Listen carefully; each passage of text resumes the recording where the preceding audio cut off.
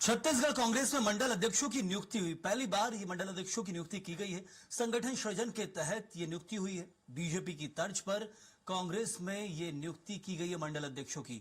40 जिला शहर के ब्लॉक अंतर्गत ये नियुक्ति की प्रक्रिया अपनाई गई है। तो बीजेपी अब तक मंडल अध्यक्ष नियुक्त करती थी, अब कांग्रेस ने भी अपने मंडलों में अध्यक्षों की जो नियुक्ति की है, लेकिन ये नए सिरे से इसलिए क्योंकि संगठन सृजन अभियान प्रदेश में चलाया गया था। उसके बाद पहले जिला अध्यक्ष बनाए गए और अब मंडल अध्यक्ष।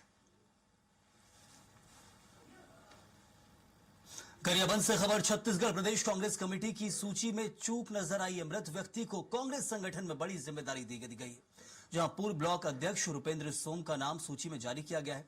रुपेंद्र सोम की 22 अगस्त 2025 में ही मौत हो चुकी है। इंदा गांव मंडल के अध्यक्ष की जिम्मेदारी दी गई है। जिला कांग्रेस कमेटी पर अब सवाल उठ रहे हैं।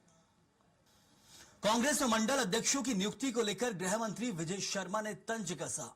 कहा कि बीजेपी को देखकर सीखना चाहिए, इसमें गलत नहीं है। बीजेपी के संगठन की ताकत सभी को समझ आती है।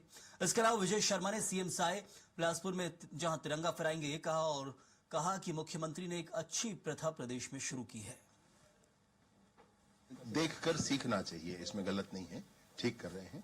देखकर सीखना चाहिए। भाजपा के संगठन की ताकत समझ में आती है सबको, तो अगर वैसा कर रहे हैं समझ। लेकिन मसला ये है कि ऐसा कर देने से नहीं होता है, अंदर भाव बदलना पड़ता है और भाव बदलने के लिए और दूसरी प्रक्रियाएं हैं, उसको भी समझना चाहिए, उस पर भी काम करना चाहिए।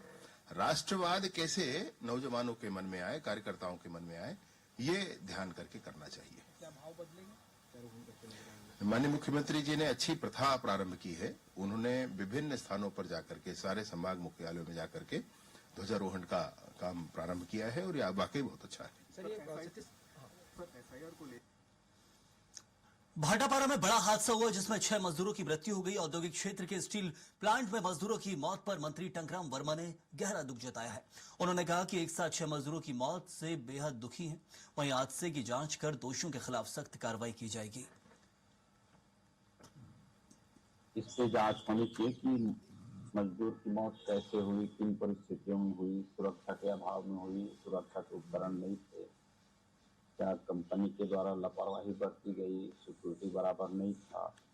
इस विषय की जांच होनी चाहिए। गंभीर बात है कि एक साथ 6 मजदूर का मौत जो है, और जो भी इस पे जो दोषी होंगे उस पर कार्रवाई होनी चाहिए। वो अपने अस्तित्व को बचाए रखने के लिए बड़ा जद्दोजहद कर रहा है और उसमें प्रजातांत्रिक प्रणाली तो है ही नहीं है।